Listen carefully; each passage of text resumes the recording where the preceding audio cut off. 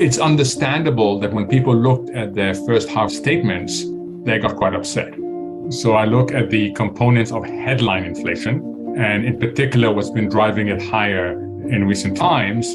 And what we have right now is energy and food in particular are going to be much weaker drivers of inflation. So the headline number is going to come down, but worrisomely, the core number is going to stay stubbornly high, and thus speaks to an inflation process that has become more entrenched and has become more broad-based in our economy.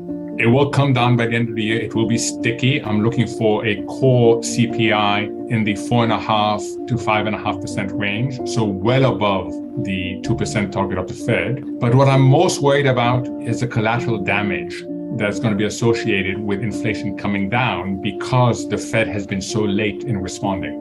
So they started getting it wrong 15 months ago when they absolutely embraced the notion of transitory when it was an open question. Had they listened to companies, they would have been much more humble in saying we don't quite understand the inflation dynamics, because companies themselves were warning that the supply disruptions they were seeing, and we know the list, supply chains, container ships, what companies were seeing, what they were warning, saying, we're not sure they're going to resolve themselves quickly. And yet the Fed got hooked on this notion it's transitory. And then it got itself into a cognitive trap. It kept on repeating it and repeating it and repeating it all the way, as you know, till the very last day of November, by which time it was clear that inflation was a problem. And then retired it, but didn't move. It could have done more at that stage. And you ended up with this absurd situation that in March, it was still pumping in liquidity. It was still doing QE in March when the inflation rate measuring for February with a month lag was already at a 7% handle. So it is bad analysis, bad forecast, too little, too late, and miscommunication. And that's how we've ended up in this mess. So we have two big dynamics going on. One is on the demand supply. We've gone from a world of deficient aggregate demand to a world of deficient aggregate supply. That's going to resolve itself. But we have another phenomenon going on, which is the nature of globalization is changing. And we are going from a very intense focus on efficiency, on just in time, to another focus on resilience, just in case. And that transition is by its nature inflationary. And that hasn't played out fully yet. That's why it was really important to ensure that the inflation dynamics don't develop very deep roots across many, many segments of our economy. Otherwise, we may end up with a low growth, high inflation environment for much longer than we need to. I think central banks play a very important role. The reason why I'm so critical is because central banks have an enormous responsibility and they're given enormous power. Where else do you have an institution that is so powerful and can make decisions on its own, has political autonomy? And that is an incredible thing to have. And that comes with a lot of responsibility. So you have to be held accountable to your actions. And I think central banks are absolutely key, and politically independent central banks are essential for economic well-being. So I am not in the camp of central banks, something we shouldn't have and anything else. No, we absolutely need them, but we need them to function well. And we need them to be honest. When they make a mistake, tell us why you've made a mistake and tell us what you've done in order not to repeat the mistake. When the Fed publishes its quarterly projections, people call it laughable. And who calls it laughable? Former Fed officials. They also complain. And we need to get back to a world where the Federal Reserve is credible, because that is absolutely essential to the well-being of our society. The problem is that, talk about cognitive trap, we've all gotten used to measuring things by GDP, and we're having a huge problem getting out of that.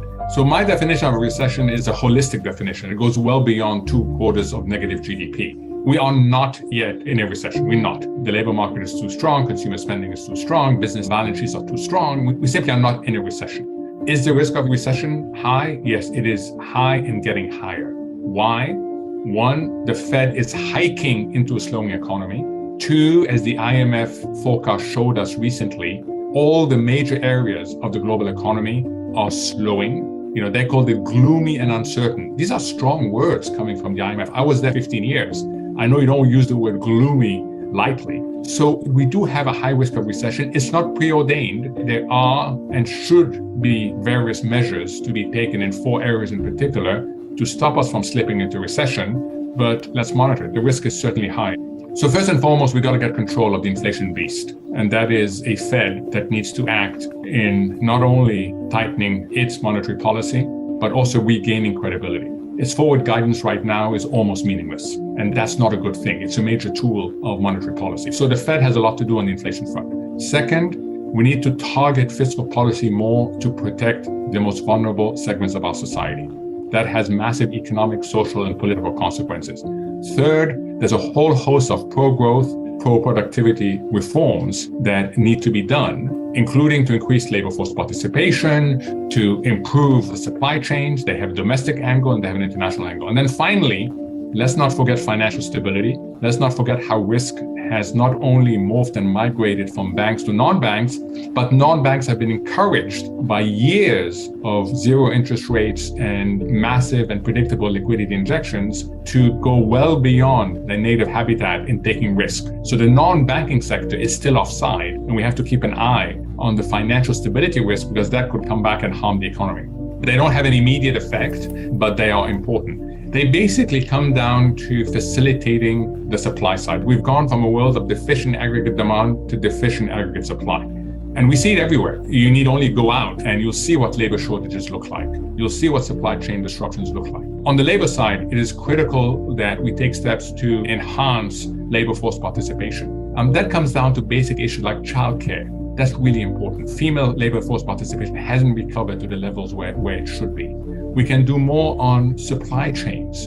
There is a massive set of opportunities for public-private partnership. We should learn from the good things that happened during the pandemic in terms of how private-public partnerships can work really well. And then finally, let's not forget that that's an international problem. It's not just a national. So collective action becomes really important. Having said that, if you look forward, there are some silver linings. I don't want to in any way understate the losses because they are painful, but the silver linings. One is because valuations are becoming more reasonable, we're starting to see entry points for really attractive long-term investment. They are selective, they are individual rather than general. So they're not buying the index, but they're buying certain names that have been contaminated much more than they should given their fundamentals. So there's value being created. We also finally are seeing bonds return to their traditional role of risk mitigation.